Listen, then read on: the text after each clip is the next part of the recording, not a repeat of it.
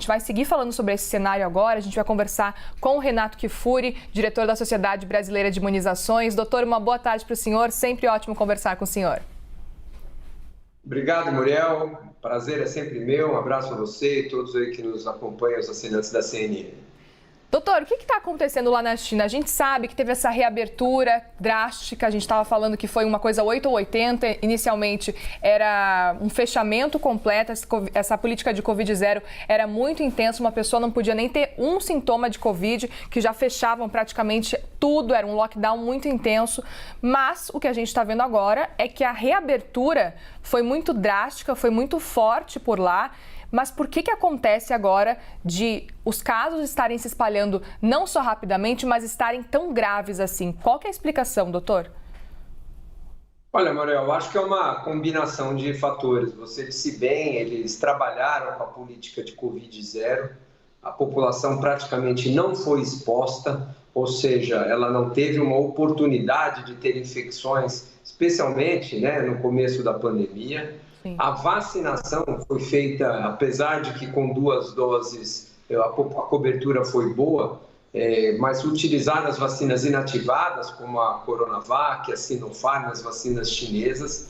Os reforços, geralmente, quando feitas com outras vacinas, aumentam a proteção. Então, quando você tem uma terra virgem, ou seja, pessoas pouco expostas ao vírus, vacinadas com vacinas que já perderam a sua proteção, sem a dose de reforço, com as vacinas menos eficazes para as populações mais vulneráveis, num ambiente tão densamente povoado como a China, é uma combinação perfeita, né? Tem todos os ingredientes aí para termos uma nova onda, e a OMS estima aí algo perto de 4 milhões de casos por dia. Se a gente imaginar mesmo assim, Muriel, casos graves, letalidade de 0,5% desses casos, nós estamos falando aí de quase 200 mil mortes, hospitalizações diárias, né? Muito mais do que qualquer cenário que a gente vivenciou aqui. As dimensões da China, as proporções na China são gigantescas, a despeito de nós termos muitas restrições em relação às informações que chegam de lá. Não são informações oficiais, é preciso sempre ter cautela quando se analisam esses números, mas não tenho dúvida que essas condições estão propiciando aí uma grande disseminação, uma grande onda, talvez como a gente nunca viu da Covid-19, que a gente já espera que fique por lá, né? Sem dúvida, doutor. Antes da gente começar a falar do impacto que isso pode ter aqui no Brasil e também em outros países do mundo, gostaria que o senhor falasse para a gente qual que deve ser o caminho lá na China a partir de agora para tentar reverter esse cenário. É tentar voltar para essa política de Covid-0, é tentar fechar absolutamente tudo, ou agora, uma vez que já se espalhou a contaminação, é muito difícil, não tem muito o que fazer nesse momento? Qual que é a orientação nesse momento ideal, assim, para o caso da China? O que normalmente os epidemiologistas recomendam nesses momentos de muita força de infecção, uma transmissão tão sustentada, são as medidas não farmacológicas dentro do que é possível fazer naquele momento. Então, evitar aglomeração, usar máscara, distanciar, vai evitar sobrecarga nos serviços de saúde. Porque o que acaba levando muitas vezes a um aumento da mortalidade, da letalidade, ou seja, o número de casos que vão ter insucesso, é justamente a falta de assistência. Vai faltar medicamento, vai faltar leito, vai faltar respirador. Nós passamos por isso aqui no Brasil e, infelizmente, nossas taxas no Amazonas, a gente vivenciou muito isso, foram maiores do que poderiam ser porque nós tivemos uma onda muito grande sem uma qualidade de assistência ideal. Então, acho que nesse momento as medidas, obviamente, além de intensificar a vacinação, de não faltar medicamentos, de aumentar leitos de terapia intensiva, hospitais de campanha, é tentar reduzir um pouco a força da transmissão, diluir um pouco. A gente falava lá atrás, na primeira onda, que vamos achatar a curva, diminuir o número de casos para que o serviço de saúde dê conta de atender todas essas pessoas e a mortalidade seja mais baixa, né, do que seria se nós tivéssemos uma sobrecarga tão grande em todos os sistemas de saúde que pode entrar em colapso. Doutor, eu quero que agora a gente faça esse exercício e pense o que pode acontecer se realmente essa onda forte de Covid-19 lá na China começar a se alastrar. A gente sabe, a gente já viu esse cenário antes, não é novidade. A gente sabe que a Covid-19 se alastra e de forma muito rápida, não só em um país como em outros também. Mas qual que é a principal preocupação nesse momento agora com relação à ida dessa Covid-19 que está por lá e se expandir para outros países?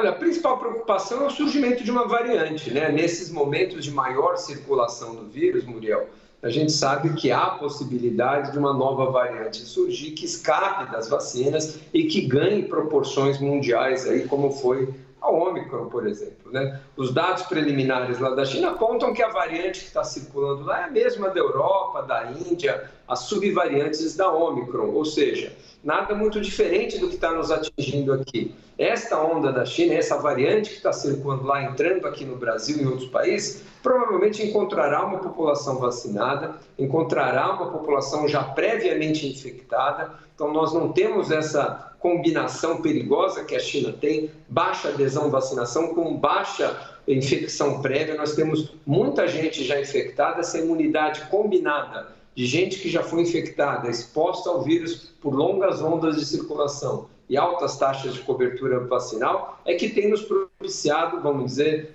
ter ondas de baixa magnitude, de curta duração, como estamos vivenciando neste momento agora, comparado com o que a China vivencia.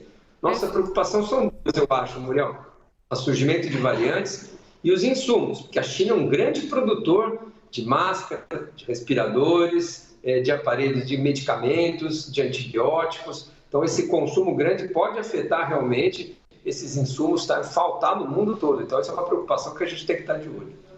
Doutor, eu queria entender um pouco mais sobre essa preocupação de uma variante que pode surgir com esse número de casos muito alto lá na China, porque, como o senhor mesmo falou, a gente sabe que a maior parte da população que se vacinou, a gente sabe que ainda assim é um número baixo, mas quem se vacinou com Coronavac, por exemplo. Essa variante que pode tentar driblar, por exemplo, a vacina, pode ser que ela tente driblar a vacina Coronavac. Pode ser que, como o senhor falou, quando ela chegar em outros lugares que tiveram vacinas como a Pfizer e tiveram realmente essa combinação de doses e de reforço realmente, pode ser que a situação fique mais tranquila e que não se espalhe da forma como a gente está acompanhando lá na China. Se uma nova variante surgir, pode ser que ela não seja tão letal, doutor? Ou não faz sentido isso que eu estou pensando?